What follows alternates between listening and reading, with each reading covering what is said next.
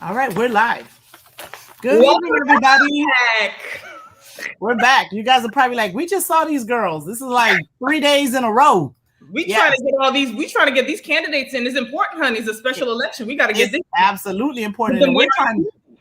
yes, it's absolutely important. And we're trying to give them an opportunity for them to develop their platform and tell us everything else. Because I know that a lot of the other clubs are, clubs are scheduling like Yes. groups, and it's 11 candidates in this 11 Democratic candidates in this race. Right. And I've seen at least four events where 10 of them are going to be part of a panel. So that's going to be a very interesting thing to see. Hopefully, I'm sure everyone will be able to manage it, but that's a lot of folks to be on the stage at one time. And I've seen them cap the time at anywhere between an hour and a half to 2.5 hours for all of that. So what we do is we provide a platform where candidates come on by themselves and get to develop and speak on their plan by themselves. And you're more than welcome to, I encourage you to watch them in a group format, because maybe that'll give you an opportunity to compare how they feel on certain issues to the other candidates in the moment. However, we will try to address as many issues as we can here, and you can come and see the long version of what their responses would be. And I started talking without telling y'all my name. I am Sandra Frere, one of the co-hosts of Race and the Racist, and also very active in Democratic. I'm a very active Democrat. That's how I'm gonna call myself. There we go. Right.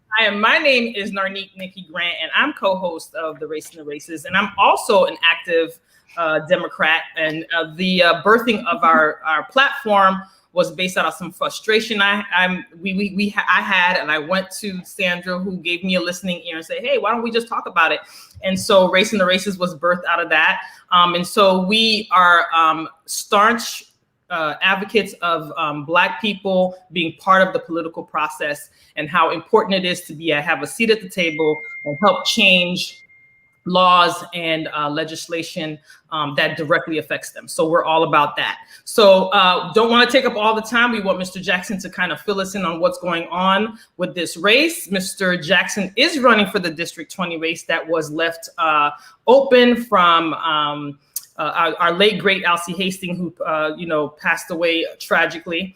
But we are here with 11 people who are trying to run to fill this seat. We spoke to 3 so far.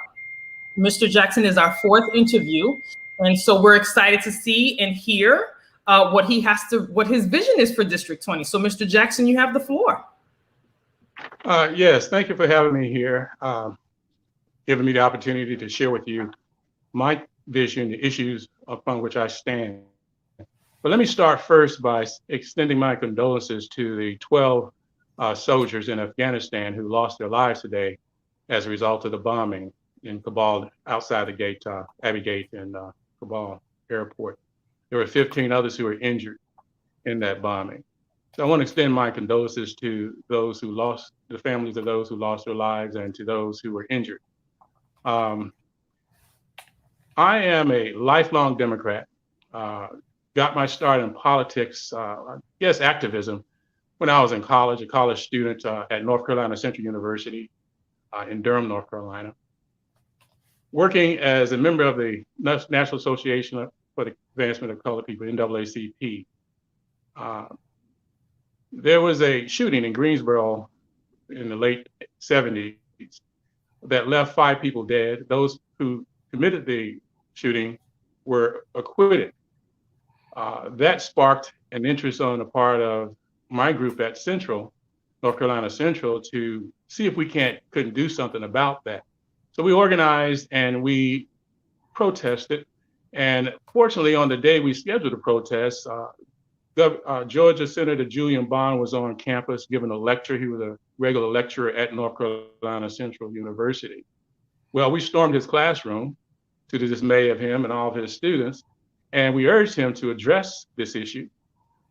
As we were speaking to him, the classroom began to fill to the extent that it could not hold all the students who were there. We then moved over to the auditorium where he talked to us about the history of North Carolina Central University and the rise of the civil rights movement, particularly the Student Nonviolent Coordinating Committee, SNCC, NCC. Those initials actually came from North Carolina Central University, which was known as North Carolina College at the time. The students organized at Central, then they went over to Greensboro, where we now know of the sit-ins there and at the Woolworth counters and etc. But Mr. Bond was able to give us a bit of history about Central and about the impact that Martin Luther King, who gave the speech and encouraged the students to organize, had on our student population there at that time. He also urged us to march. And then there was a young man in the back of the room, loudmouth members of the campus NAACP, who shouted, "Let's march now." And before you know it, everybody in the room was saying that. And we led Mr. Bond down to the center, down from the stage to the front of the crowd. And we began a march that took us down to the downtown Durham, where we asked to speak to the state attorney, Mickey Mashaw. Mickey Mashaw wasn't in the office, but he was able to come by the campus later on and address our population. He also talked to us about the importance of student activism and how we were part of the history of North Carolina Central University and an important part of that. And he pledged to us that he would continue to fight and get justice. And we pledged to continue to work along with him to get justice for those who lost their lives. And eventually those people were convicted of violation of the civil rights of those persons who they shot and killed that day. So that is where my activism actually began as a college student at North Carolina Central University. I was hired back in the 1980s, 1983 to be specific, to work as a college professor at the age of 25 here at Palm Beach State College in Palm Beach County. I taught sociology and political science there for a number of years. And while there, I was the first African American to run for US Congress, then District 14, primarily because there was no opposition to our congressman. There was no voice for our community to express our needs or what we needed in our community. I was too late getting into the race to run on a regular ballot, but I did run as a write-in and was able to voice some of my concerns, particularly the Lake Okeechobee algae blooms, which continue to persist as an issue today, and some of the other issues that affected the poor and the needy across this county. Of course, I didn't win that race as a write-in. Write-ins rarely win these races. I think one of the only write-ins to win a congressional seat was, Strong Thurmond. This was years ago. That got me started on the political scene. I then got involved in the redistricting process that led to the development of Congressional District 23. And rather than run in that district, I chose to run for the state Senate. I ran for state Senate District 30. L.C. Hastings ran in District 23 against a very strong opponent and another friend of mine. I chose not to get in that race because I was concerned about splitting the vote. Thus, I chose the Senate race. Of course, I lost my race for the Senate. L.C. Hastings did win his seat. And in the next following redistricting process, the district became District 20, the seat for which I'm running right now.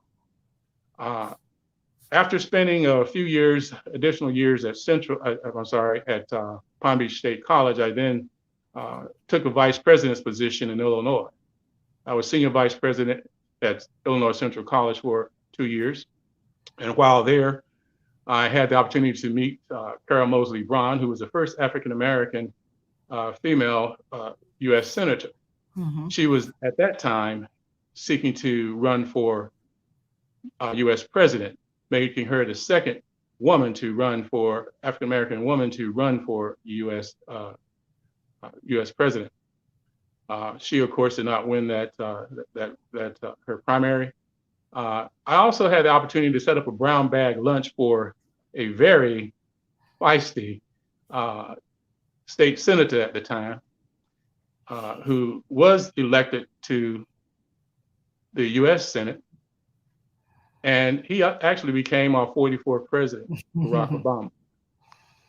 After leaving Illinois Central, I took a position as dean in Northern Maryland, where I served on a number of leadership councils, including the Higher Learning Commission for a newly elected Governor Martin O'Malley and Lieutenant Governor Anthony Brown. Anthony Brown is now a congressman out of that district. I had the opportunity to work with Anthony Brown and others on base realignment and closing, and work with then Secretary of Labor, Tom Perez, on some labor issues. As we were closing these bases, we needed to make sure that those who were leaving the service had job opportunities and their families had job opportunities as they moved from Fort Monmouth, New Jersey, down to Aberdeen Proving Ground, which was in Harford County, Maryland, one of the areas that we provided educational services for. So what I'm sharing with you, the reason I'm sharing this with you is to let you know that my experience is not only local here in Florida, but I've also had experience on the national scene in Illinois and in the Defense and Science Corridor in Northern Maryland as a member of the Northern Maryland Technology Council and the Cecil Leadership Council.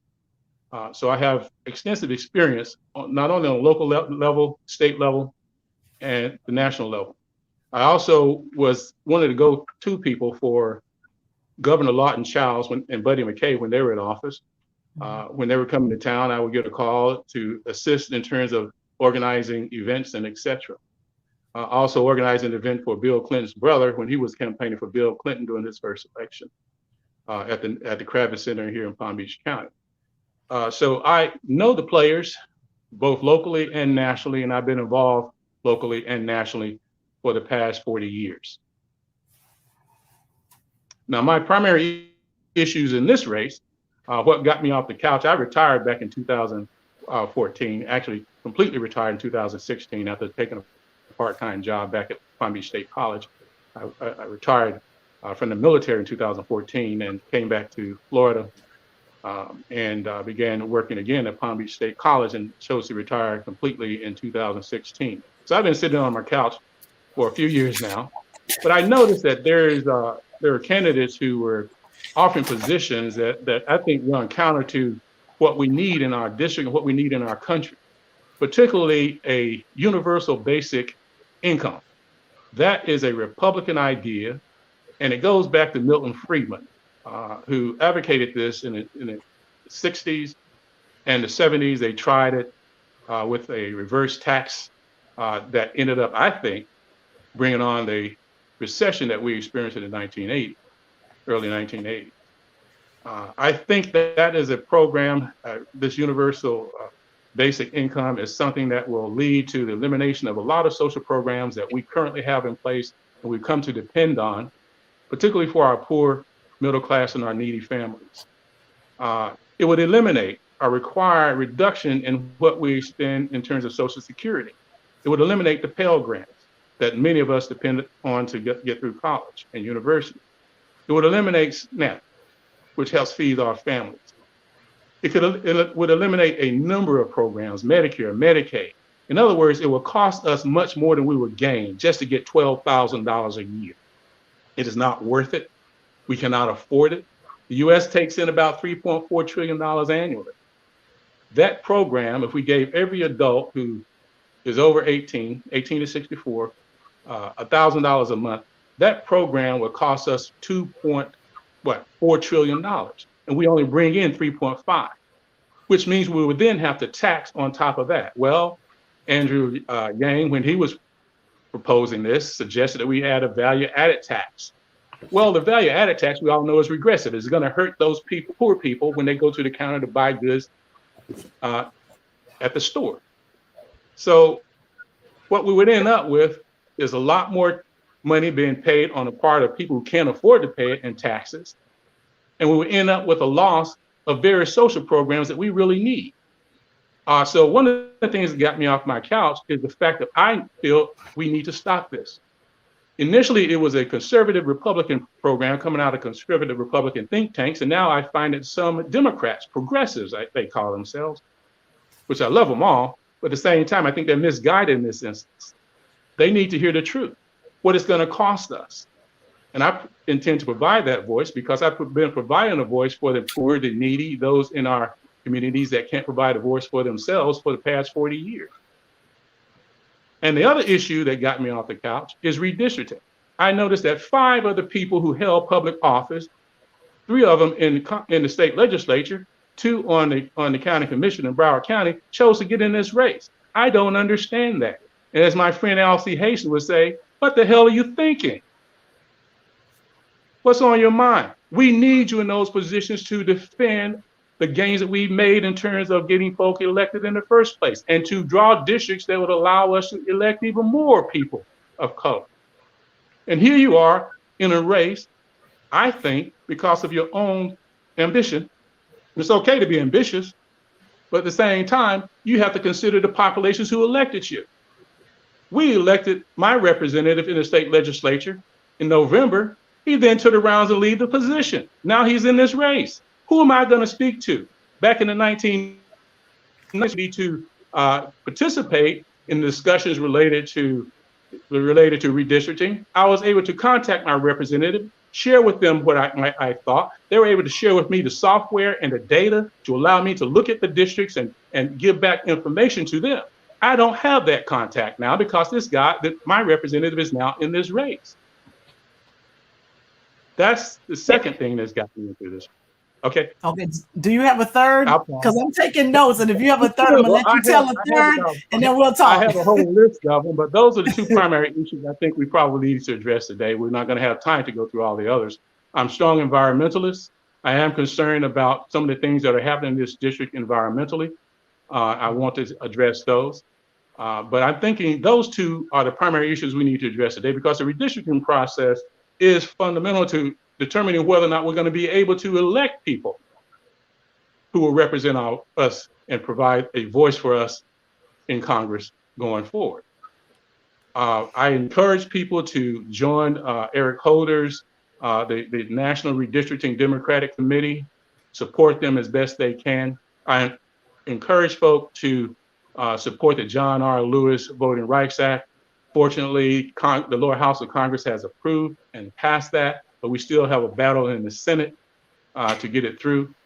I encourage people to sign on and support the We the People's Act, which would help us get this big money out of the race, because I think it undermines our fundamental principle of one person, one vote, in that you now give corporations just unlimited, unregulated opportunities to throw money into races and control the agenda, control the conversations in those races. All right. So, co-host, go ahead with your first question. I know you were taking notes. I did too. So go. Let's jump into some of the things that Mr. Jax has mentioned. Okay. So one of the first things that you talked about that I made my comment is that you said you were part of the redistricting. You said it in the beginning, and you kind of talked about it too, in that how, because some people are leaving their seats, it's going to have an impact on the redistricting. So can you tell us how it is that you got involved in it, and then maybe some of the people in the community can find a way to get involved in the redistricting process. Sorry. Well, you get involved through your state representative, first of all. Okay. And the opportunity, we had also opportunities through listening sessions. There were open listening sessions where they were soliciting our input. And fortunately, I had contacts with the folk that I had either run against in previous elections, or they knew of my involvement in politics. And so I was able to share with them my thoughts and give input back.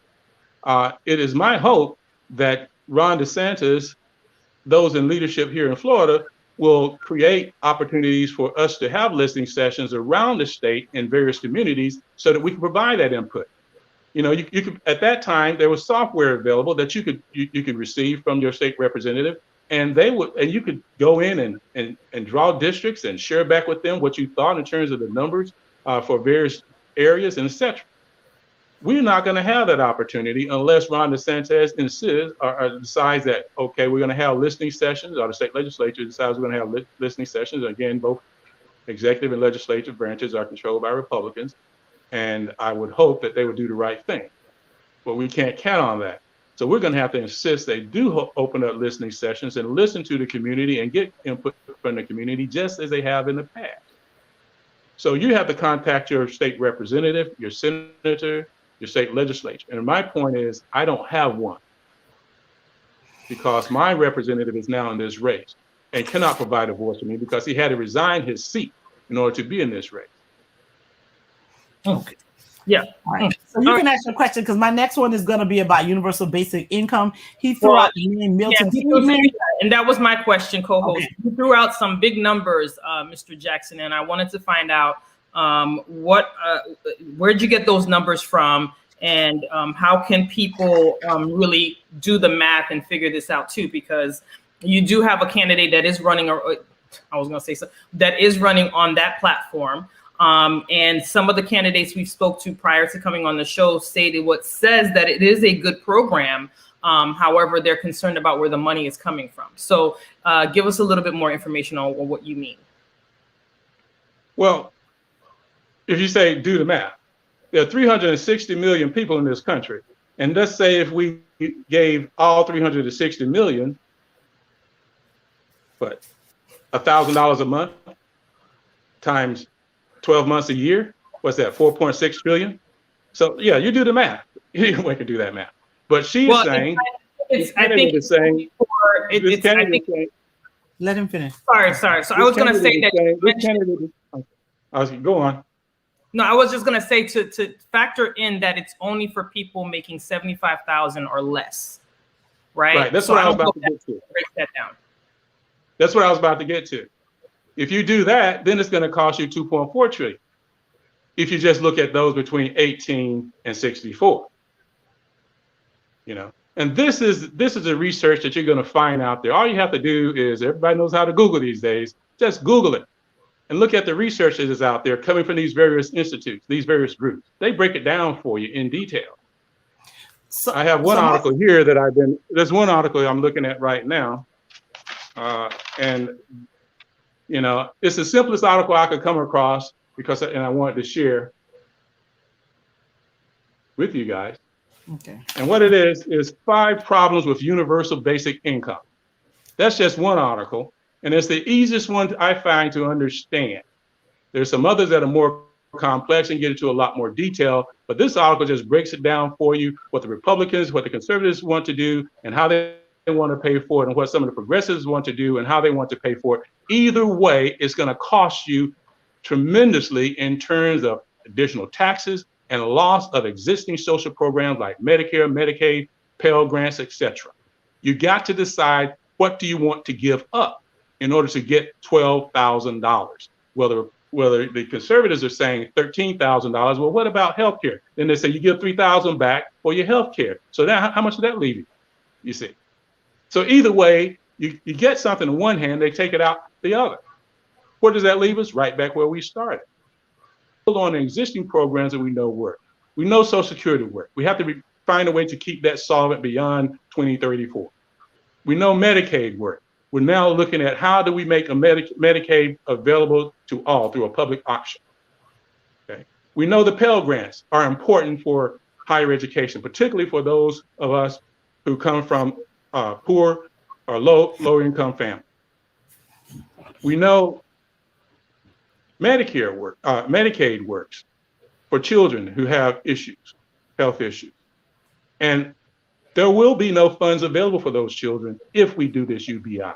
What I'm saying is those people who are seeking to do this UBI thing are misguided. They need to do their research and really understand the impact they're going to have on poor and needy and middle class families if they go forward with this thing.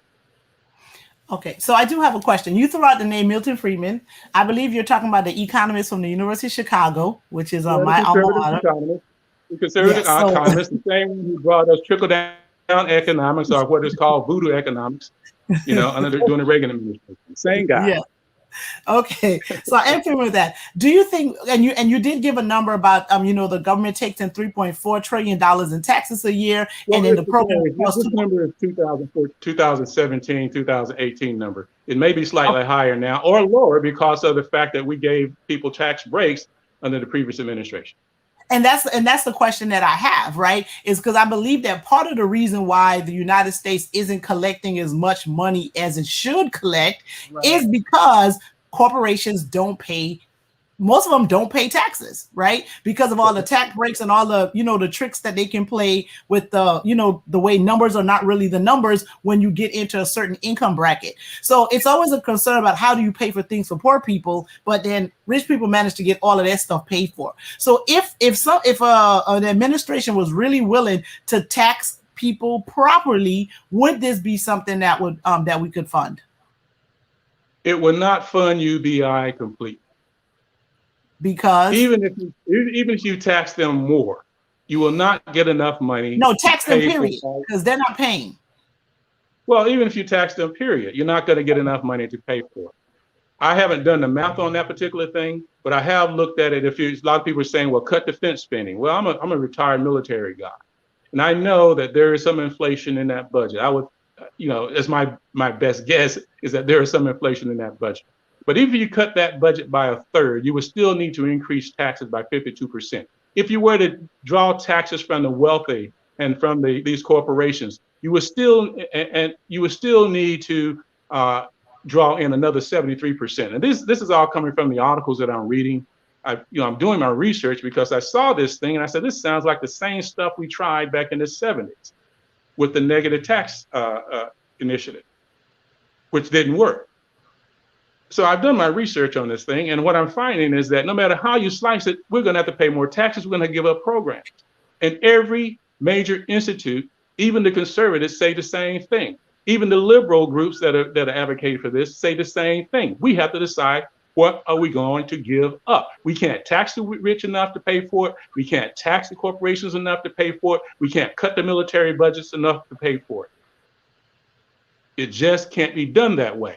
We have to stay with the programs that we currently have in place and build on those. If it means taxing the corporations or getting them to pay fair taxes, yes, that will help us keep Social Security solvent. It will help us keep the Medicaid program going and allow for a public option and etc. We can help fund those things by those taxes that you're speaking of, and perhaps reducing the military budget. We can help fund those things, but to do this thing, UBI, totally across the board, it would bankrupt us. So part of the reason why, that's one of the ways in which individuals are saying that we should, we need to provide that universal basic income is because they're trying to figure out a way to get Americans out of poverty. Right. So we have like a very small percentage, like 1 or 2% of Americans have like about 50 or 60% of the wealth. The number may be even a little bit off, but we have so much money on the top and very little on the bottom. And that's one of the solutions that's being offered to try to get folks out of poverty. And when we have poor people, we have some very poor people in the United States. So what would you propose to address, the poverty that we have? Because something has to give. Like, I'm not going to get into fairness, right? Because, people will say favor ain't fair, but something has to give in order for us to address the poverty that we have in the United States, which should not exist, but it does. I think you're on the right track when you say we have to get those who are not paying their taxes to pay taxes. That will help. But the solution is not the UBI. I don't have the answer. Nobody has the answer. If we had the answer, we would not be having this discussion. I can just point out to you. People may not be willing to make the sacrifice. I don't mean to cut you off, but I'm like, there's an answer, right? But are people willing to do what it takes to make that happen, right? Because I really don't think there's any excuse for, people in the United States to be hungry to the point where they have to steal to eat and then end up in jail and then stay in the cycle of poverty. Especially since we have the farmers who can bumper crop and produce enough food to feed the entire world. There's no need for anybody in this country to be hungry at all. Exactly. And even when the pandemic started, they couldn't transport the food. So instead of figuring out a way to transport the food, they destroyed it all. I'm like, that's what we do in the United States. Now you're getting down to logistics. If we chose to, we can make the right decisions to make sure that everybody is fed and nobody goes hungry in this country. But much of the food that we have goes abroad. We're feeding the world. And we found that we can also feed ourselves during this pandemic. No problem, other than the logistical problems that we saw. And those can be solved. Especially if we start looking at high-speed rail and some other means of transportation, and enhancing our transportation system that way.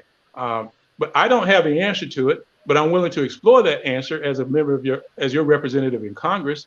And I'm willing to listen to those solutions that people are presenting. But I just don't believe that UBI is the answer.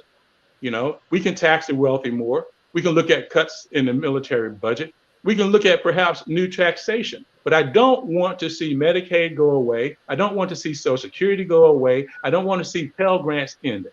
So the thing is, no matter what we do, we're going to have to make some choices. And this whole UBI thing is actually based upon the idea that with technology, jobs are going to go away, and we have to maintain some level of income for people to exist, to live from day to day. Well, as we know, even if you look at the history of social economic developments going back as far as the agricultural age, or going back as far as the hunter-gatherer period, with every technological change, it may have eliminated certain jobs or certain things that we had to do to make ends meet, but it also created other opportunities. So I don't see us not having work opportunities, even if technology takes over some role. We thought this was going to happen when we automated factories. Well, jobs still remain. People now moved into technology. People develop an internet system where allow people to become influencers and do other things to make a lot of money. You see, all that's going to happen is as we advance in technology, some jobs will go away, but we need to be smart enough to look at training people for the new jobs that are created as a result of the new technology. And folks are innovative. They create their own jobs now. There's a lot of innovation going on. So people are very innovative. Touche.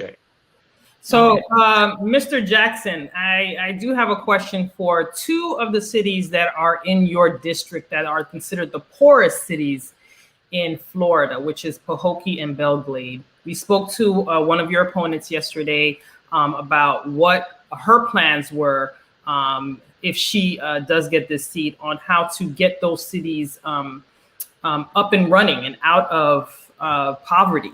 So what ideas do you have if you become the representative to get those two cities out of poverty and get people working?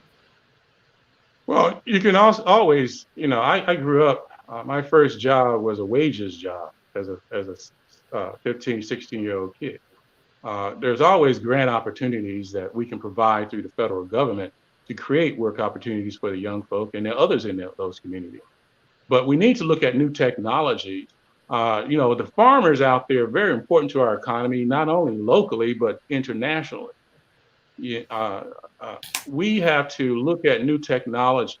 And one thing that we can do is look at how we're processing the sugarcane out there.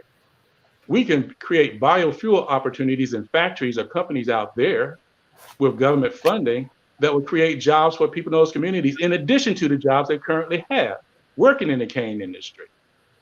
So biofuel and generating energy that way, burning the byproducts and creating energy that way, building factories out there that would produce cleaner energy, would also create jobs. So I think grant opportunities and looking for new technologies that will build on the farming community that is already out there. We have to support our farmers and our workers, creating housing opportunities that would help people to build wealth, because housing ownership is one of the things that helps people build wealth and come out of poverty. We need to create programs that will allow us to renovate rundown factories and homes that have been abandoned, and allow people to help them get into those homes so that they can start to build equity and be able to purchase some of those things that they will need. I don't have all the answers, but I think those are a couple that we can consider. Yeah, well, so you see, and so I got a little confused because, and those were good answers, but then I kind of got to go back to this UBI thing, because you talked about grants and things to kind of, get people along. When you're talking about people who are on the field, who are doing the, picking and all that other stuff or whatever, how are we going to, because that's one of the questions we asked your opponent yesterday and really couldn't get a good answer. These people need funds now. What are we doing about giving them something right away now? Well, like I said, those grant funds could come now for the federal government. And if we're going to tax them like you're suggesting, taxing the corporations and getting those people who are not paying taxes to pay them, that'll allow us to have those funds in order to provide those grants, to help those people get into homes. They're working those fields. Let's help them buy homes in which they can build equity. equity, which they can, if they need a second mortgage or whatever, they can draw funds to send the kids to school, just like middle class people normally do. So I see that. Mm-hmm. I'm sorry.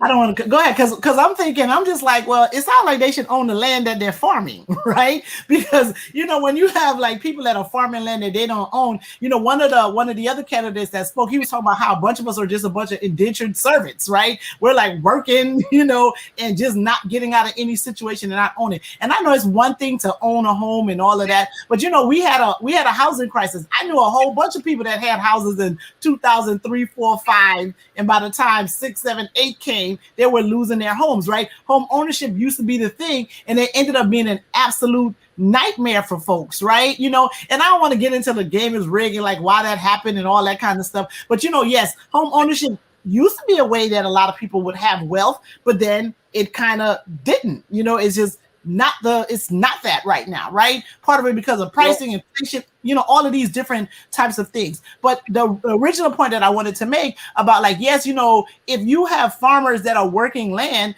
I wouldn't want them unless that house is on the land that they're working, they need to own their farm. Well, if you can make that happen. But I disagree. If you become our representative, that's something you should work on to make that happen. I would love for that to happen. The people of Belglades and Pahokee really need. They're in dire straits. One of our viewers are basically just said that this has been going on for decades. So it's important. I mean, I'm not sure. If how. Alcee, and I'm ignorant to that, so I don't want to, make it look like I've been doing my research, but I don't know, Alcee's had this seat for like eons, and I don't know what changes has been made under his leadership. So we're looking for new leadership to make Belglades and Pahokee a priority. Well, not much has changed since I ran in that district. As when I ran for Congress the first time, that district was included. And that was one of my issues, the poverty that is out there. And I was just there this past weekend, and not a lot has changed. I do see more people who do own homes now. And home ownership has not gone away as a way to build yourself out of poverty, to help you advance. It will remain that way. And I think it's the root foundation of middle class, the middle class in this country. And I think it can help those folk in Belglade. They don't necessarily have to own the farm. If we can make that happen, if we can acquire the land to make that happen, then yes, let's make it happen. Let's make them the farmers out there, include them into that process. We'd have to look at that very closely. What I'm looking at here is the fact that there is property that is not farm property that can be renovated, that can become homes. The homes that are out there can be modernized, updated with the proper funding. And I believe that we can get that funding through grants and through other means of taxation of those who are not paying their fair share of taxes now. Okay. Right. Thank you. So any more questions on that issue? No more questions on that issue, but you want to go to the questions in the chat? There was quite a few. Okay, you can go ahead. Go ask the next question in the chat. So one of our viewers wanted to know, what does the candidate feel about term limits? We have them in the state. I think we should have term limits. That's a question that I've pondered for quite some time. In a way, I think the lower house with 2 years, that might not be enough, because the first year you're in office, you're getting acclimated. The second year, you're pretty much spending your time trying to get reelected. And that's a continuous pattern. We need to look at that and see if maybe 3 years might be a better term. But even with that, if you increase it to 3 years or maybe 4 years to make it consistent with what we see on the executive level, then you would still have the term limit, I think, of 8 or 12 at the very most. I don't think anybody should become a career politician and earn their income by sitting there and just drawing in year after year funds from those who are willing to invest in their campaigns and hold those seats just for, I think, the sake of holding a seat. I think they become too comfortable. So I think term limits are an absolute must, not only for the lower house, but for the upper house, for the House of Representatives and the Senate. All right. I mean, if it works for the president of the United States, why shouldn't it work for the lower house and the upper house of our Congress? I agree. I agree with that. Thank you. So Ms. Roll has a question, and I think it's a good question. She said that this is a very crowded race, especially on the Democratic side. I heard him say he was concerned in a former race about splitting the vote. What is his position on being in this crowded race? Well, this is a Democratic primary of sorts. Even though it's a special election, it's a Democratic primary. So we're not splitting the vote between, say, libertarians and Democrats and Republicans. We're actually just looking at Democrats here. And there will only be one Democratic representative on the ballot come January 11th and one Republican. And of course, you could have write-ins and you can have others who are running nonpartisan, but there will be no chance of splitting the vote between the Democrats in this particular race. Okay. All right. So the other question that I have is that we know that the John Lewis bill passed in the House, and we're hoping that it passed in the Senate. Your opponent mentioned yesterday that when we asked the questions about what do you think can happen to make what do you think you can do to kind of help it along in the Senate? One of her responses were that you got to check with the again, some feedback. You want to check to see what the constituents or what their people need. I guess the Senate people, whatever state they represent, and see what they need. And basically, from what I understood, it sounded like let's put something in the bill that will help your people, so you can go ahead and say yes to this bill. That's what it sounded like to me. And I could be wrong, but I can stand corrected later. But that's how I understood it. So what are your thoughts? What are your thoughts in terms of the Senate and how, if you were to win this election, what would you do to help the Senate along to get this bill passed? Well, politics is the art of compromise. And so there may be some compromise that would have to happen in order to get the more liberal Republicans, such as Collins out of Massachusetts and some of the others, to support it. But short of that, we have to get Val Deming elected to the U.S. Senate. We have to get Marco Rubio out of there. I don't know what the guy is doing. I haven't seen him speak up on the immigration issue when that was being addressed. He basically became I don't know. I'm looking at Cuba now, and I don't see him standing up there.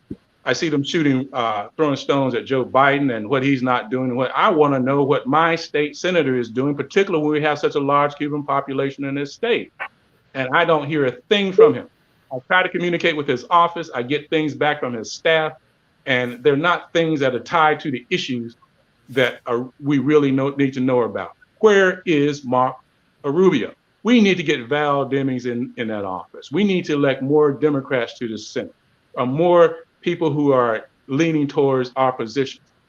Short of that, there's not much you can do from my standpoint as a representative, other than to work with our senators who are currently in office, because that's going to be their decision. Now, if there are things that we can do to support them, we have to support them. All right, so let's talk criminal justice reform. So the George Floyd criminal justice reform, there's another name to it, but the criminal justice reform, we're in the state of Florida. There's violence that happen all the time. They passed a protest bill.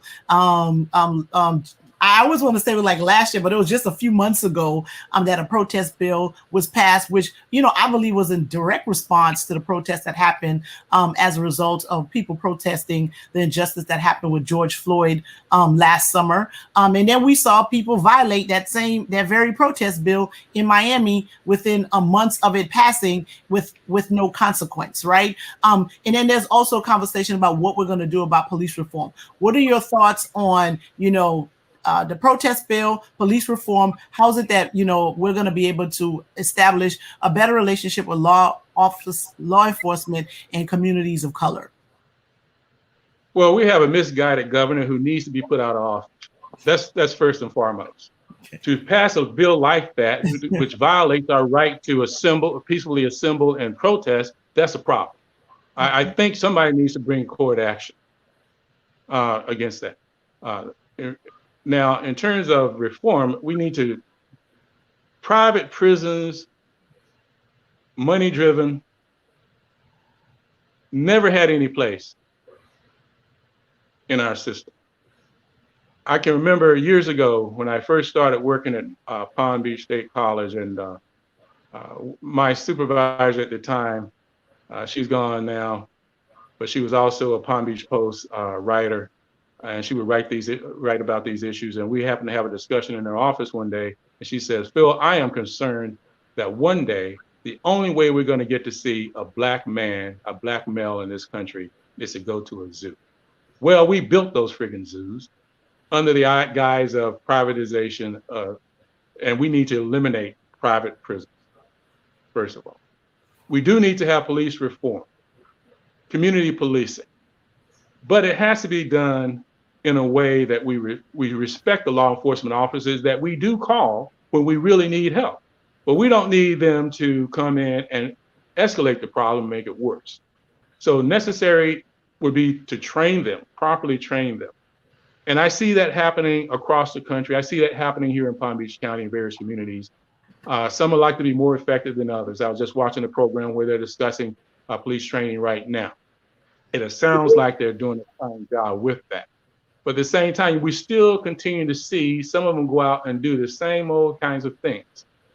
We have to find a way to have police officers respect those that they serve and place emphasis on the fact that they serve. They are civil servants. Some of them have gotten a false idea that somehow we are supposed to be subjugated to them. That's not true. So the proper training, I think, is fundamental. And bringing people in the community together and to discuss these issues and having a good relationship with police officers is very important. I grew up at a time when if I got into trouble, my brother, my sister got into trouble, the police officers, my parents knew, they'd come to the house and say, "Guess what your kid did?" You know, and it was a small town in North Carolina, a farm community. I grew up farming. I was picking peppers and bell peppers and whatever they had to pick from season to season. But we knew the police officers. Our parents knew those police officers. We worked together as a community. What has happened to change that? We need to explore that too. But I think the training is fundamental, and changing the laws is fundamental, and doing away with these private prisons has to happen. Thank you. Thank you. Thank you. So listen, Mr. Jackson, we want people to visit your website, learn more about. No, I had an environmental question before we wrap it up. When we start dropping websites and stuff, that means it's time to go. Sorry about that. Because because we're gonna have some people talking about folks who's taking money from Big Sugar, how you getting your campaign funded. So are you taking corporate money? I know Big Sugar is a problem. I think we got an algae problem happening in some of these waterways because of Big Sugar. What are your thoughts on that, and how do you plan on addressing that issue for the people in District 20, or working with others in different parts of Florida to address that particular issue, because it's not just a problem that we have here. That's right. Well, as I stated early on, one of the issues I had on the forefront of my campaign when I ran for office, congressional office back in 1986, was the algae blooms that we still see happening periodically. There are different reasons for that, different causes of that. It's not just farming. There's some of the things that we're doing in our neighborhoods and our communities. No, I'm not taking any corporate money. As this campaign goes on, you're going to find that this is a poor people's campaign. And a lot of the people that you see on the street corners who hold up their signs and I work for food, you're likely to see them holding a Phil Jackson sign. So it'll be I work for Phil Jackson. And you think I'm joking, but I've had these discussions. I have people right up the street from me right now. When I go through those intersections, they say Phil Jackson for Congress. Why? Because I talk to them about that. I'm not trying to draw in big bucks, because I think you don't need to have big bucks in order to win this election. You need to have a smart strategy, and $30,000 to $50,000 to do it. These people who are bringing all this money in, I don't understand that. And no, I'm not taking money from any corporations. from the sugar industry. I support farmers and I support those workers. And we have to find solutions together for the problems that are affecting our communities. We can't do it separately. We can't fight each other and find solutions. We have to find common ground. Otherwise, it's a zero-sum game. Yeah, I like that response. Thank you. Thank you. Any more questions, co-host? And he talked about what happened in Afghanistan, and then unfortunately the loss of lives. So I do want to ask, like, what do you think of Joe Biden deciding to just say it's time to go? We're out. Do you agree with that strategy? Should he have done it a different way? Just decide that.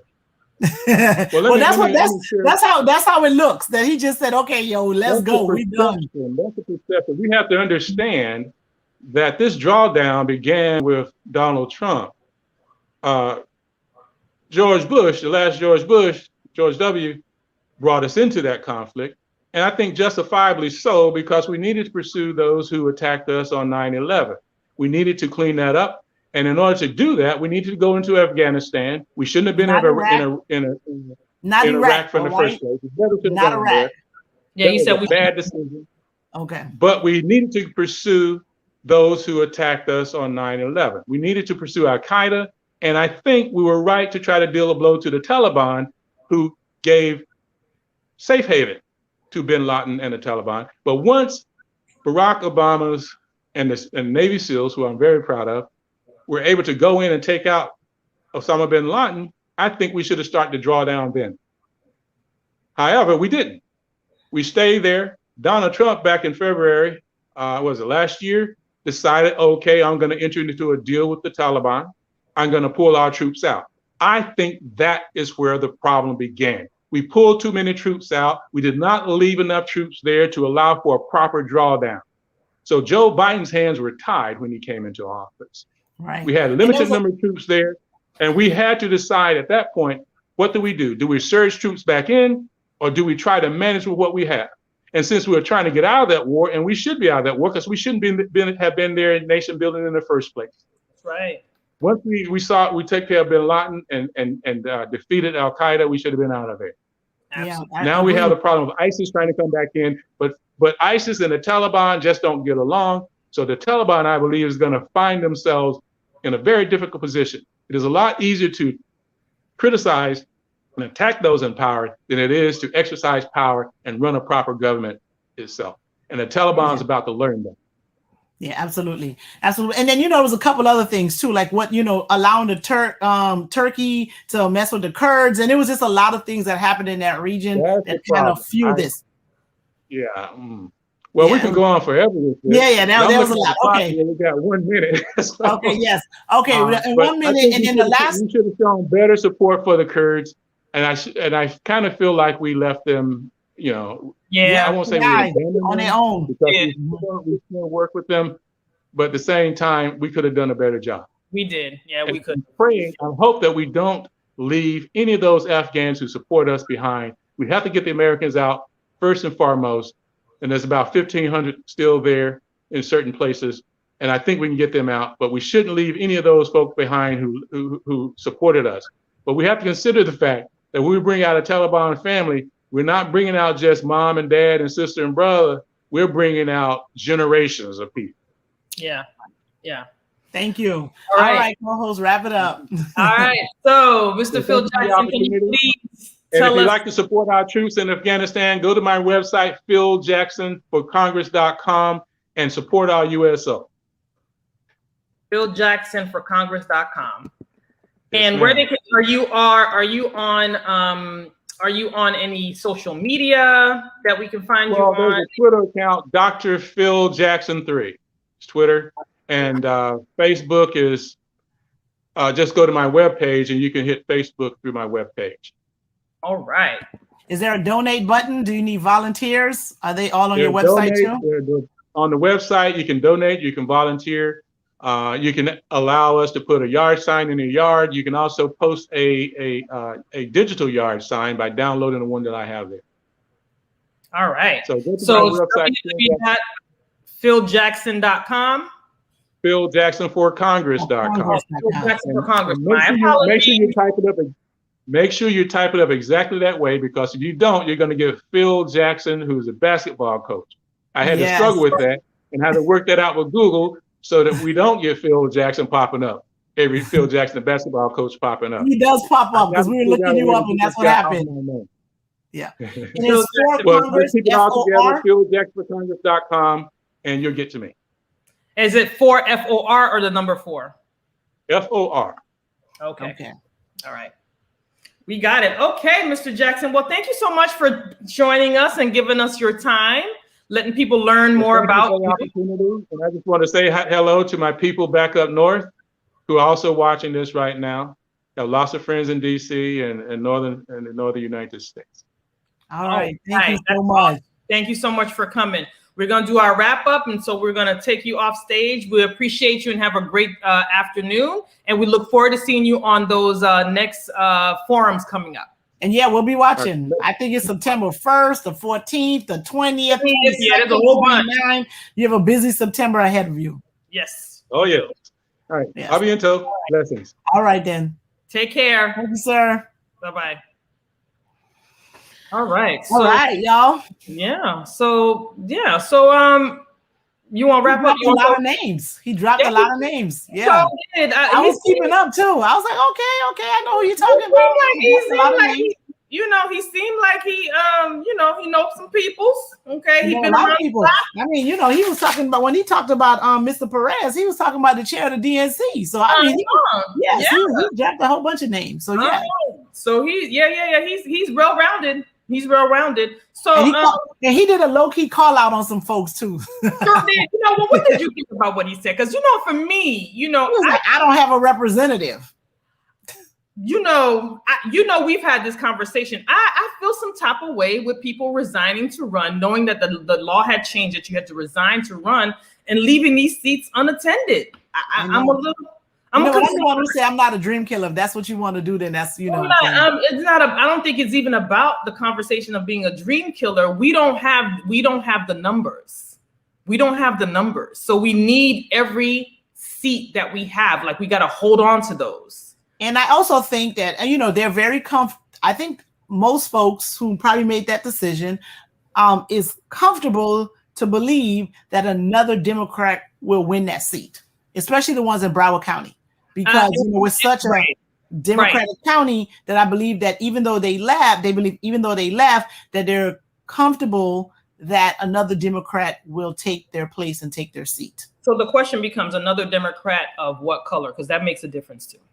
I mean, but this is a minority majority county, so it may be another Democrat of color. All I'm saying is I understand where Mr. Jackson was coming from. I really do. I feel some type of way about it. And, one of, I think C. Shaw Rowe mentioned something in a comment, which was really, she was spot on when she was saying that, she said, let it be the I'm gonna put it up here so everybody can see, because what she said was spot on. And I honestly think the same thing. I feel like, there's so many of them running for this seat. And then the law changed right after with the resign to run thing or whatever. Ironically, that happened with them, with that group. And now we're kind of like, we're losing 2 commission seats. We're losing a representative seat in his district. And one in Broward. One in Broward. Facing the seat also. Yeah, I mean, that's a lot. It's a lot of seats to be losing. And I don't think we're, even though you may feel comfortable that someone else will come and take the seat, or a comfortable same person in the same party. My issue is there's not a lot of us Black people.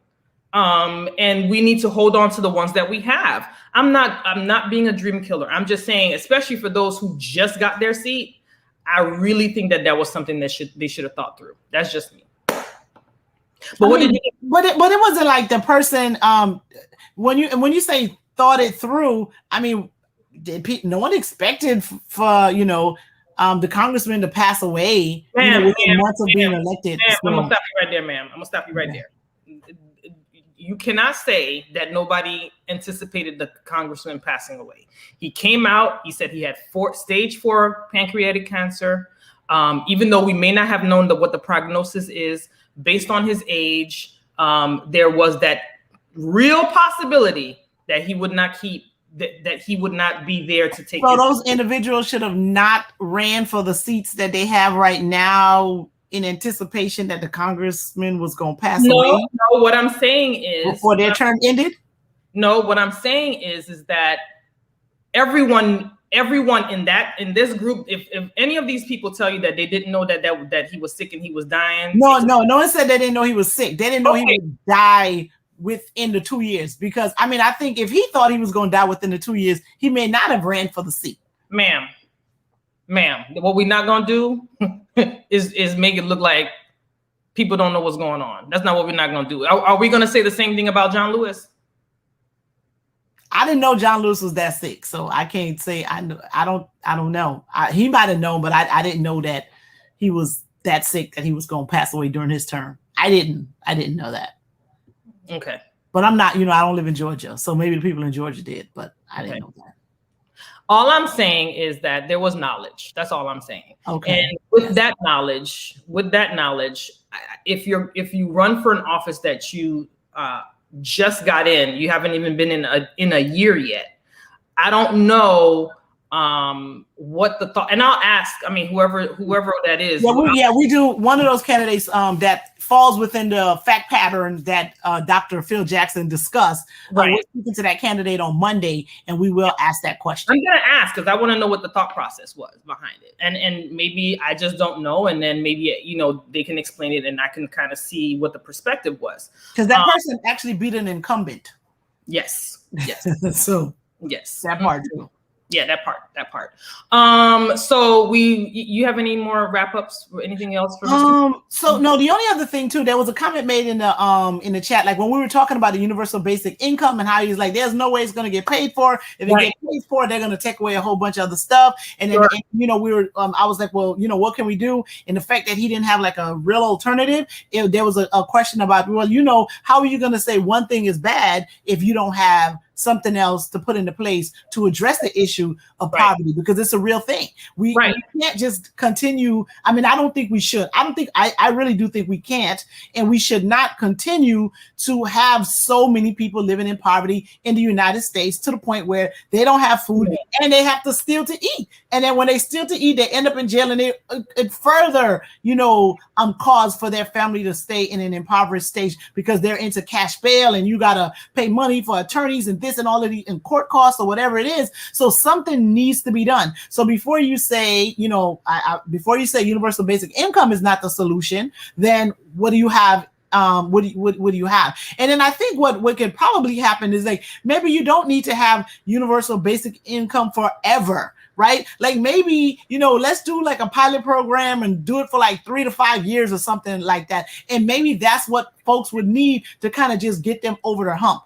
I don't know. Or maybe if you don't want to do universal basic income, make the federal minimum wage $15, right? Because if you have people who are making $8 an hour, if you raise their pay to about $15 an hour, that's a lifestyle change for them. Like someone that's salaried, and if your income is higher already, to add another $1 or $2 to your whatever, it doesn't make a difference. But people who are making minimum wage, bringing it to $15 would be an absolute lifestyle change for them, right? So something needs to be done. Either we're going to bring the minimum wage up to $15 and kind of help these people get out of poverty, or maybe truly fund, Medicaid, Medicare, SNAP, and all of these different social programs, but to the point where you're actually helping people get themselves out of poverty, as opposed to putting people in situations where this becomes their lifestyle and this is how they've decided to live their life, and they're going to make it work with these numbers, with those particular numbers. So something needs to be done. Yeah, I really wanted to hear him say that he would have something else in place.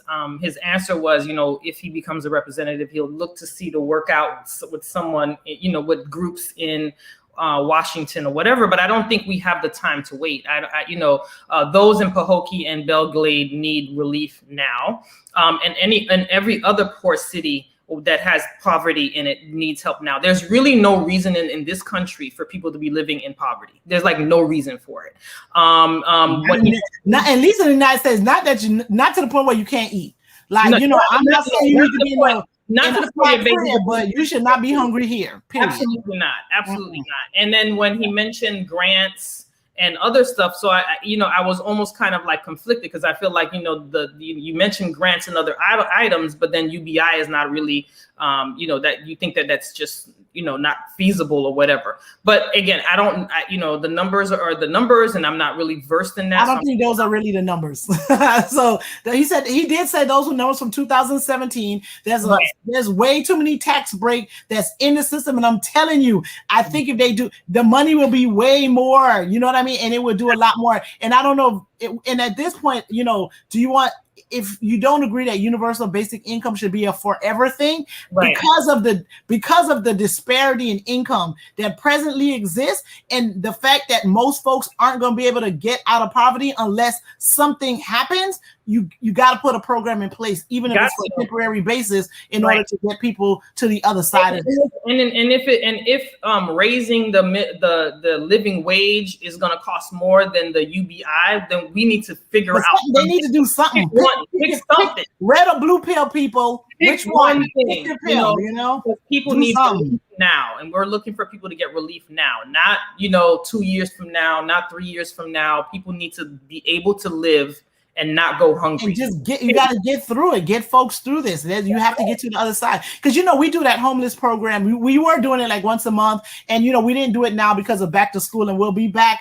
I think we're going to either do it September 11th or September 18th. We're going to do another distribution. And when you go into that, we go into that community, we give people toiletries, we give them clothes. And one of the things that you just really notice is that those folks are not going to be able to get out of that situation unless somebody helps them. What that helps look like may be different for each individual, but that right there, they're going to need somebody to help them get out of that situation. That's just not going to be like, you're not willing your way out of that. You're going to have to get some support to get out of that particular situation. And the way the poverty numbers are here, people have to get some sort of support to get through this and get to the other side. Even if it's not money, it's going to have to be education. Something you got to give them something. You got to do something. All right, so let's wrap up with Mr. Jackson. We did not get a wrap up. That was Phil Jackson. That was Phil Jackson's wrap up. We didn't get a wrap up for Miss McCormick from yesterday. Yeah, because we had a hard 6 o'clock. We gotta go. We had to go, and I jumped off without telling my co-host that I was jumping off because I had another panel to be on, and so she was like a little bit confused. I felt bad because I should have sent her a message, but child, that whole interview had me discombobulated. Oh, okay. Yes, it did. I don't do well with people who go around the question and don't answer the question. I don't do well with that. So you thought her responses were non-responsive? I did.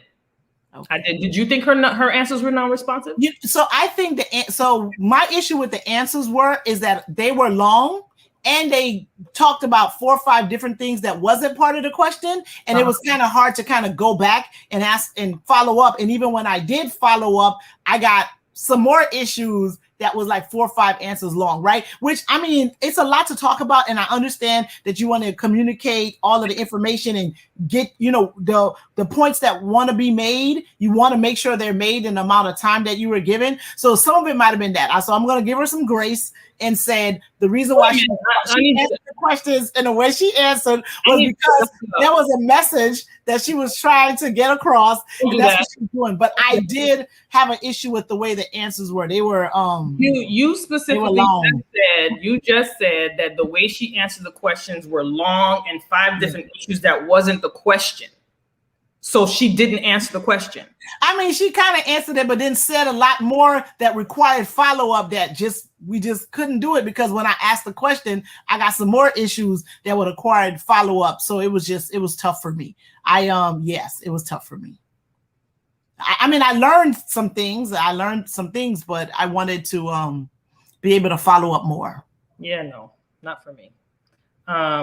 There was a lot of information that was thrown out, some of which there was some backpedaling in it. And that's okay. Like, I mean, I know when you're on campaign mode, you got thrown out, you're regurgitating information, and some of it may be right, some of it may be mushed in with something else, and I get it. Okay, because I ran a campaign, and I know that sometimes you say one thing and it's something else and whatever, and you don't mean to do it, and it just comes out that way. But ma'am, you know. And you know, and I might have had a hard time with the fact that she was a lobbyist. I ain't gonna lie. I think I have a I'm problem all about because transparency up in here, and I need you to be transparent. no, I'm being transparent. And I explained the answer. The answers were like I did ask a question, I got an answer, kind of, and then I got some other stuff. And then there was one question I was supposed to get an answer to that it was like, but weren't we talking about something else? I was like, well, we could have been, but I just asked a question about this. Answer that for me, and I don't think I got an answer. Why do you have an issue with the lobbying part? Why do you have? No, I do have an issue because poor people, regular people, we the people don't have a lobbyist. You know, we're not sending people to lobby for us in, you know, to the government, right? So to me, if a person's a lobbyist, they're working for a corporation, they're working for a big business, they're working for someone that's protecting their interests, not we the people interests. And that's why I have an issue with the lobbyists. So I felt as though I really felt as though that yes, she may want to do a lot of public service, but I still think in some of the responses it was still because when she talked about, for example, let me just step back. So when we were talking about, you know, like bringing the fruit from the west part of Florida to, you know, she was like the small businesses. So I think a lot of what she does is about businesses, right? She even if it's a small business, and she said yes, small businesses employ folks. But you know, how many people? 10, 20? Because when you get into like 40, 50 employees, now you're considered mid-size and that type of thing. So small businesses, they, you know, hire folks in the community, but like how many people? And then how many, you know, at some point, if you just, all you got a small business and you just have like a whole bunch of little bit mom and pop stuff that's just kind of operating that space. So to me, I think because she has that lobbyist background, she did do corporate. That's corporate. I don't, you know, try to call it something else, but it's corporate. Her mind is still more business minded. Not to say that I'm not saying that a person who has a business mind cannot provide service, but I think it's going to take a little bit more for her to really make a shift in order for her to be able to really think about regular folks and what regular folks have to deal with on a day-to-day basis. And and then, you know, we calling it, so I'm gonna call it. So even when the example was given about the company that was from Wyoming that came and they wanted to provide like certain. No, they provided nurses. The Wyoming nurses. Yep. And they were like, oh no, we're not gonna have no Wyoming. We need somebody from Broward County to do this. Okay, yes, you are going to hire some Broward County nurses or whatever to, right? But it's still the business. The person who's providing the nurses is going to be the one that's making the most money, right? So that is still about, because all you could have do was tell Miss Mama from Wyoming, you know what? Okay, you from Wyoming, but you have to hire local nurses. You could have just made her hire local nurses, and then that would have employed the community. But to like, and I'm not saying they were wrong to do that, but to also take the contract. And, you know, to me, the person who got the contract got the most money out of that. And I don't know, may have done the least amount of work. That's all I'm saying. So again, I think it's just a lot of the plans just seem really business. And to me, some of the things that came off as though it was service, I'm like, yeah, but there was probably a grant for that too, right? So somebody still made money in that effort to provide service. And I ain't mad at nobody making money. I still think that because of the work history, that wasn't really service, right? It was more corporate, looking out, you know. And when she said, and then the other thing is like when it was like, I was helping people get access to healthcare. Okay, all right. So you might have been helping people get access to healthcare, but that was so that healthcare organization or company or whoever you were lobbying for them to be able to bill for those services that you was helping those people get. So don't make it seem that it was only about the people getting more service. It was about the companies making their money too, right? And the other, and the reason why I say that is because one of the biggest problems that we have in South Florida, and I'm not saying that's Broward and Palm Beach, but I know for sure in Dade County is Medicaid and Medicare fraud, right? So they have people petitioning to get access to services for the people, but then the insurers, the doctors, or whoever, they're billing for stuff that people probably aren't getting, using, or anything. So that's why I that was my thing with that interview. And I agree with you because I'm not mad about nobody getting their money either, but I feel like you can't give that perception of service and community when you're making money on the back end. A whole front, back, side, I'm just saying, around. if you're going to say that you've done this, that, the other for the community and how you've invested in the community, and you're getting a kickback somewhere, that's not. Don't say kickback because that sounds, you know. Well, not maybe it's a tax break. Maybe you know, because I donate and I get tax breaks from some of my donations. But if you're getting something from the government in order to do that, it's not coming. It's not coming from you. You ain't no sacrifice on your part. You're part of bringing that grant in or whatever the case is, but it's not really directly. But you're putting people to work, though. And that's great. But I'm just saying, like, the perception of you doing it all and there's nothing going on in the back, or the front, or the side, or whatever, is, I think, is just is disingenuous. That's I don't think, but so she don't need to tell that part. And then I'm a lawyer and she's a lawyer, and we only have to, you answer the question that was asked. So I'm not gonna go so far to say that what she said wasn't true.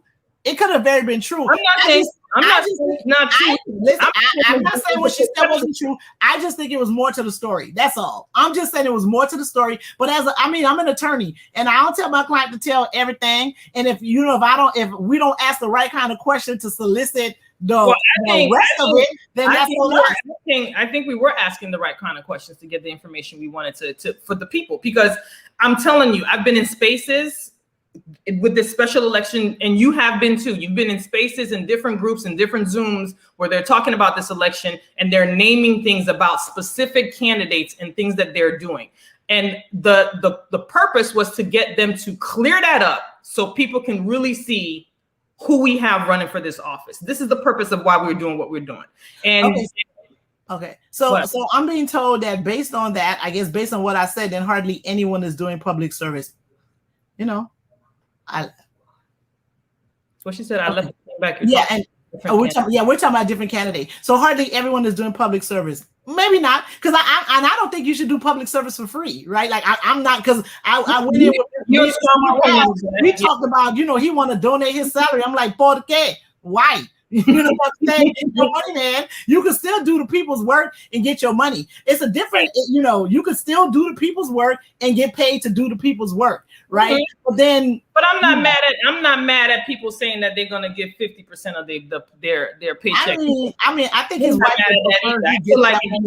stay home. I don't look at you no type of way if you want to do that. You know what I'm saying? I'm mad at him, but I'm not mad at him. But since I complained about someone else saying they're doing that, and I'm like, that's because you afford to do this, so it's nothing noble, right? Mm-hmm. So then I can't say something about Anna in Miami and be okay with Emmanuel doing it. I got a problem with it. I got a problem with it. Well, I have a problem with it when it's people who are multi-million-dollar, like loaded, and it's clearly like they're loaded. Like people like Bloomberg. I have a problem. Like, he hired a whole bunch of folks, but he did good work. He got a lot of people elected. No. I'm talking about if he says I'm just gonna forego this $400,000 that they give me as president. That doesn't impress me. That doesn't. Yeah, but he truly didn't need it though. So I know he truly didn't need it. I'm just saying. But you just said that when people do that or whatever and stuff like that, it doesn't. But it doesn't. So the reason why I said I am somewhat impressed with Bloomberg was because he really did put a lot of money in getting Democrats elected. He did. Okay. Oh yeah. He spent it. So it's not only his only thing of service wasn't that I ain't taking y'all little 400. I don't even need y'all plane. That wasn't his only thing. He put a lot of money in helping people get elected. So he put his money out there for a long time. He did a lot, and he provided. When he paid his volunteers too, right? I believe he paid his volunteers. I don't know. I think he was just scaring other people out of that race because that man couldn't possibly think he had a chance of winning. So I think he did that to make some of them people be like, listen, y'all can't handle this. Someone in the chat put in the group chat yesterday when we were doing the thing that he also paid for their healthcare. Mm-hmm. Yeah, he did healthcare. He showed it.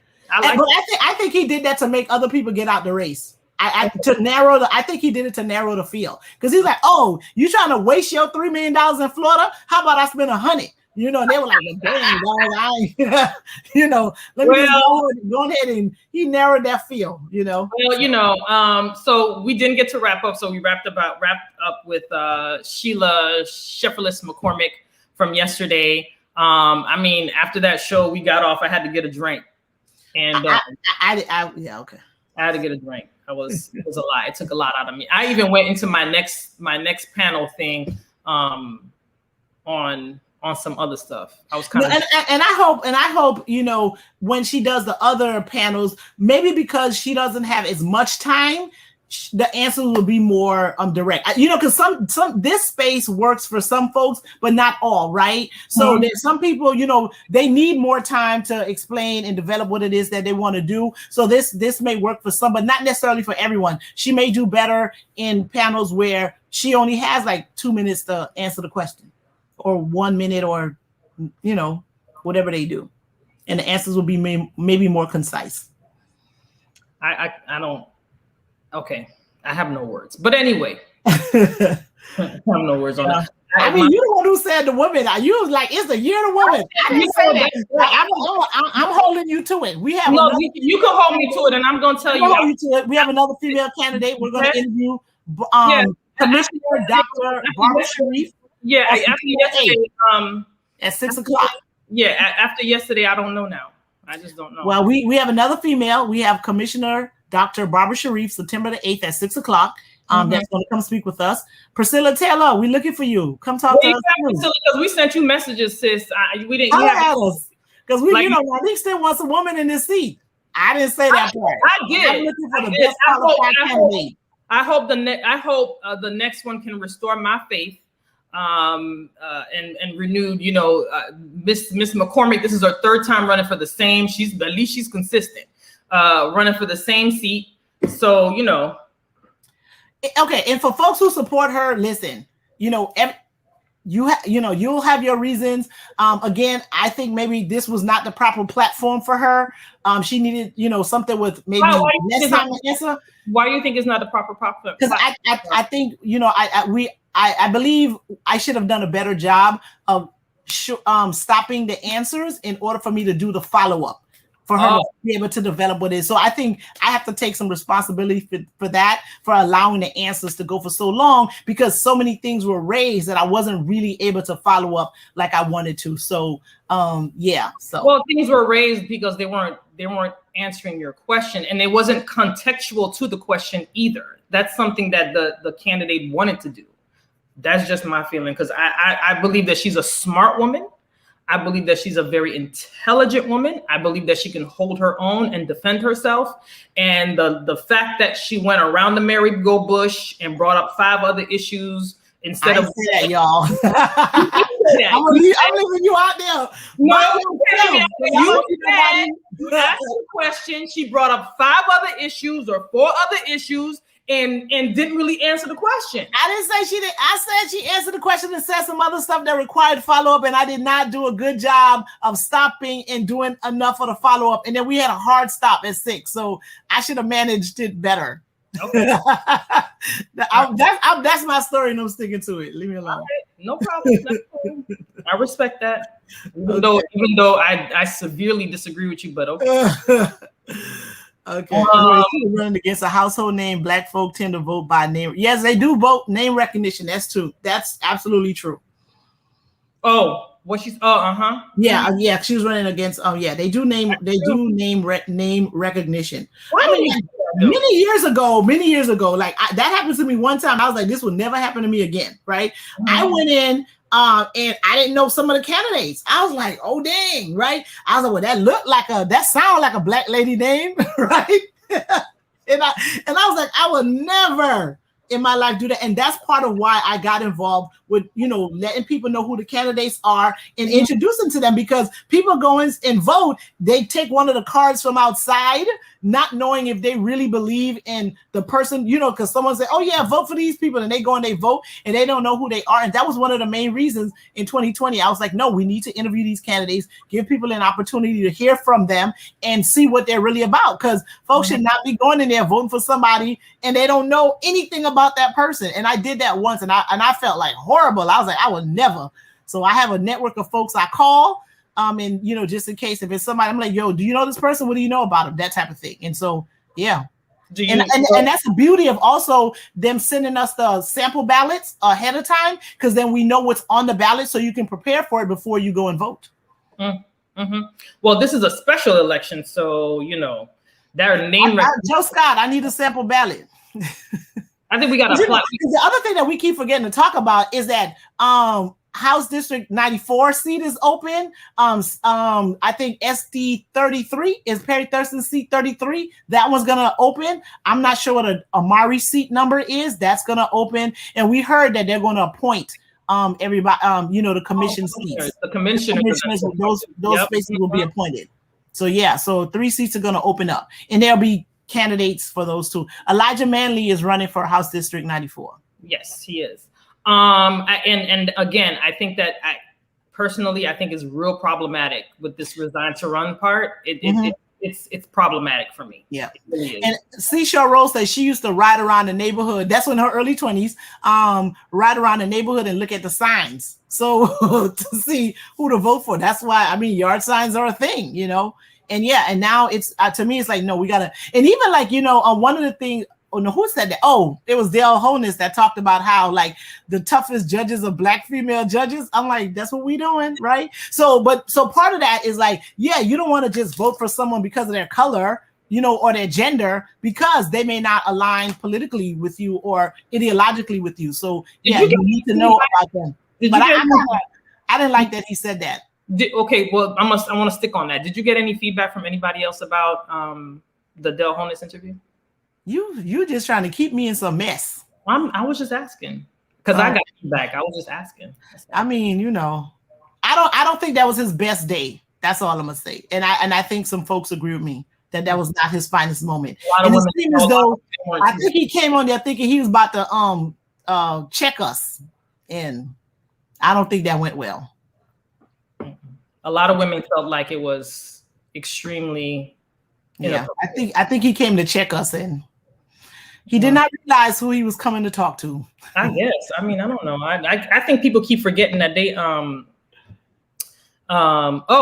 somebody says Michael Karn and Joseph Eglit. For District 94? They're running against Eglinton. I think his father was some sort of elected official. Okay. His father was they're running something like that. His father was an elected official too, I think. Okay. And then Michael Karn, you guys know him. I don't know him, but I've seen him. I don't know him either. I think I see his face floating. But I think he was a commissioner too at another in a city, and I can't remember which city, but he was a former commissioner in a city. So they're running, and that's against Elijah Manley. Okay. Elijah Manley ran against Bobby DuBose in 2020. He did. I'm impressed by that young man. Is all I'm gonna say.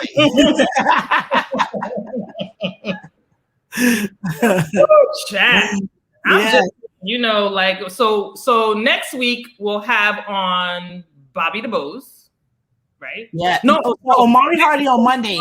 Hardy first on Monday. Yeah, and then Bobby on Thursday. Bobby DuBose on Thursday. Right. And then the following week we're gonna end our series because we try to get in touch with Priscilla. Can't get in touch with her. Priscilla Taylor. Perry Thurston's office. If anybody from Perry Thurston's office is listening, schedule with us. I sent messages. Hopefully you're able to do it, and then if not, it's okay. We'll try to see if we can catch you on those forums, and kind of hear where you coming from. I know he's a staple in the community. It would have been fun. Parkway, right? Yeah, I think it's Parkway. Yeah. So. I'm excited to talk with Omari next week. I'm excited to hear from Bobby DuBose. He's a member of Gator Nation. Here we go. We bleed orange and blue around here. Okay. You and your Gator Nations. Okay. Gator Nation all day. All right. Isn't he a member of a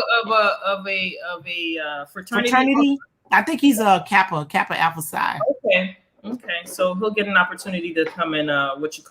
So hopefully, moving forward, the interviews will get a little bit better. They've been good. They've been different, and I think the tone of the energy of the candidate kind of sets the tone of how the interview goes. That's true. That's right? True. You come on a defensive, you make it very awkward. You come on. God. I didn't say that part. I just said the energy. You come on defensive, you make it awkward. You come on there like you know. And Mr. Morale, we had a good time with him. He was cracking up. There was that he was just as natural as he wanted to be. And I think when people see the real people and how they really are, you're drawn to them. You know what I mean? So yeah.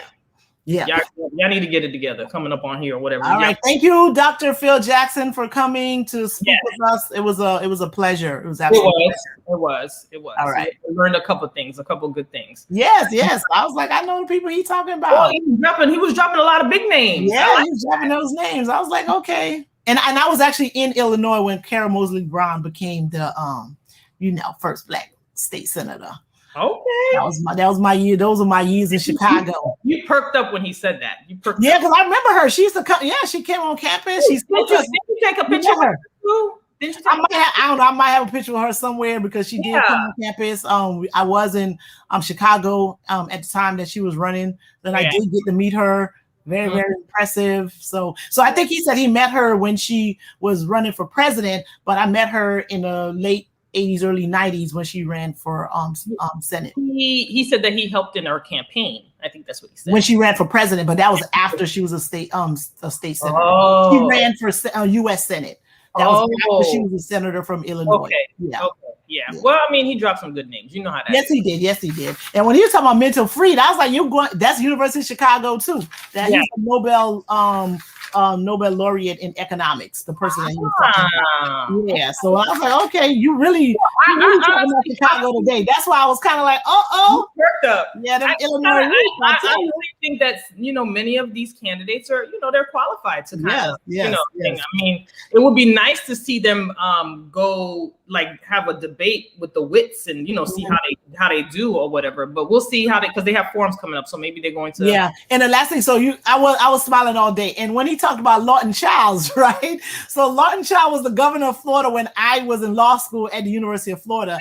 In my class, we were the last ones to have our degrees say just the University of Florida. His signature is on my law degree because shortly thereafter, Levin made a big donation to the University of Florida College of Law, and the law school was named after him. So everyone thereafter, their degree says University of Florida, Levin College of Law, but mine's just straight up say University of Florida. That's right. And Lawton Childs signed my degree.